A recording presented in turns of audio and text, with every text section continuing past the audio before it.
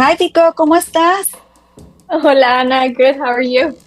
I'm very happy to have you here with me today. Very excited for Acapulco. I know this is the final season, but I just started watching it. I have to be honest with you, and I'm like, why was I missing this amazing show? Acapulco is full of color, it's nostalgia, and also heart. And I'm so happy that finally we are portraying something like that from Mexico to the US and in English and Spanish, which is something completely new to me. Now, let's talk about Paloma's journey. What part of this character resonated with you the most and why? I mean, we're both very type A. When I set mind to it, I'm just very diligent about making things work the right way. Our faces, my family has been saying that I cheated because I'm just playing myself, which is true.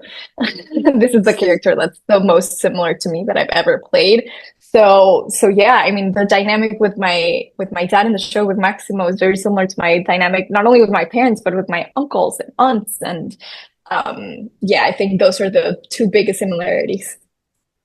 Now, what happens behind the scenes? Because everything looks so glamorous. It looks like a place where everybody wants to be at, right? But what is not too glamorous happening behind the scenes that I know the fans would love to know? It was so hot the whole time. We were all melting, and people were having fans like down their shirts, and that was not very glamorous, but to be honest, it was pretty fantastic as is. We got to live in Las Colinas the whole time we were filming there. And so we got to get the resort experience 24/7 and just be there with our friends filming, and you got to wake up. I would wake up 10 minutes before my call time usually because I just had to go down the elevator. So I would get up, get a quick shower, and run out the door. So yeah, it was filming that was so special. I don't think I'll ever have an experience like that again where we're all in a hotel together for many months. I think it was a lot happening behind the scenes too, that it could be another TV show, right? Truly a reality show for sure. What is it like working with Eugenio Derbez? God, it's a dream. It's I think for all of us Mexicans, he's such a massive figure, and um he formed such a big part of my conception of what TV was growing up, with XH Derbez and him just being a constant figure.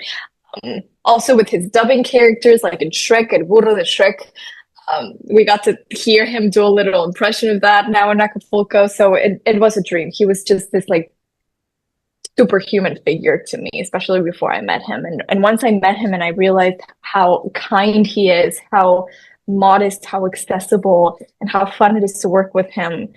And I like it even more now that I know him than I did before I met him. Truly. You mentioned XHTV. It sounds like a long time ago. And I was looking at your age. You're 29, but I swear, Vico, you look like 15. What do you Thank do? you. Korean skincare. I don't know. I've always looked young, and I'm honestly so happy about it. Right now, I'm playing a role. I'm doing this show that I can't tell you what it is, but it's a very fun show, and I'm playing a 20-year-old. And we had a whole thing last week because they're like, Vico, you're looking too young. You're not even looking 20. Thanks. Okay, let's change it. I'm almost 30, but okay.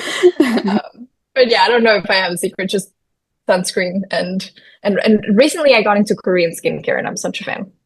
Okay, no, you take advantage of it. I wish I could look like that. Now, You you do. You're haven't, gorgeous. thank you. You have been working in different countries, Spain, the US, Mexico. Is there a story that you remember in one of those experiences that you will say, I am happy that Acapulco is changing the perception that that the world has of Mexico? Yes, I will say that's a really good question. I hadn't thought, like, I'm gonna have to sit and think about that. But um, I think there's mainly two projects that I can think of that were very contrasting to Acapulco. One is Que Viva Mexico, which is a movie that I did in Mexico with Damian Alcázar as well. Yeah. It's a Luis Estrada film. So it's very dark humor, and it's a very raw picture of what makes the Mexican identity what it is, you know, why we're considered to be lazy and corrupt and just, you know, all of the negative reputation, like where it comes from. And it is approached in such a way that you understand that it is because of what has happened to us historically, and that in reality, we're just very family driven, fun driven people. But it really takes some like 3 or 4 times watching the movie to get to that point, and before then it just lets you feeling very hopeless, which is what the director wanted. But and then in contrast to the movie I did in Spain earlier this year, paints a very stereotypical version of us Mexicans, and it was great because the people I worked with are so wonderful, and they allowed me to come in and just bring a lot more of our reality to the role and just kind of change the narrative a little bit.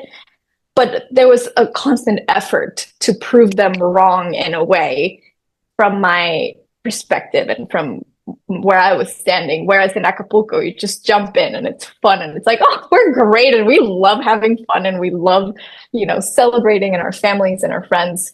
And so getting to just show up as I am and just play myself in a way and know that it's such a feel-good show and that people are going to get such a good perspective of us from that. It's very special.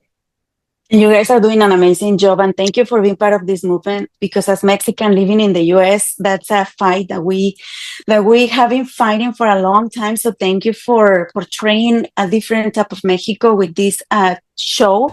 I'm so excited. I'm almost done with the cuarta temporada. Claro que sí.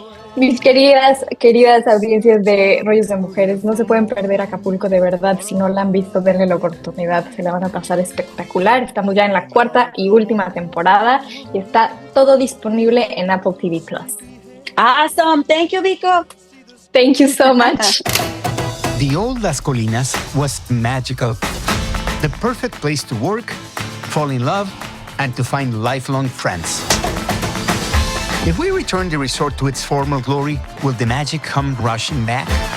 You want me to answer that? That's a lot of pressure to put on a 14-year-old. 14? I'm gonna need to see your passport. Come on, Tio. Get to the real story. All right. It was 1986. And it had been 3 weeks since I had been promoted to head of operations. There he is, the H.O., the ho. And as his assistant, that makes me the A-ho. Máximo, I'm glad you're here. Las Colinas was not top the top spot on the best hotels in Acapulco. Alma del Mar is #1? We need to go there and figure out how this hotel took the #1 spot. Wait, what is he doing here? Máximo, is there something I can help you with? What a twist! I know. Don Pablo retired. Why would he do this? The same reason that makes the earth go round. Love? The wind? Dinero. Robert De Niro? Money! We have to reclaim our #1 status. If we fail in this, I'm turning the resort into timeshares. We're in a free fall that could cost everyone their jobs. Focus. Rebuilding a reputation is almost impossible. But you'd be surprised what you're capable of when your back is against the wall. Who's ready to start? Como se dice yes? Here, we lift each other up when we're down. We stick to what we believe in. We always bring joy to what we do. Las Colinas isn't just any resort. It's a family. We never needed a railing in the 80s, and it was never an issue. Memito, ¿estoy bien? Stupid cell phones. Oh,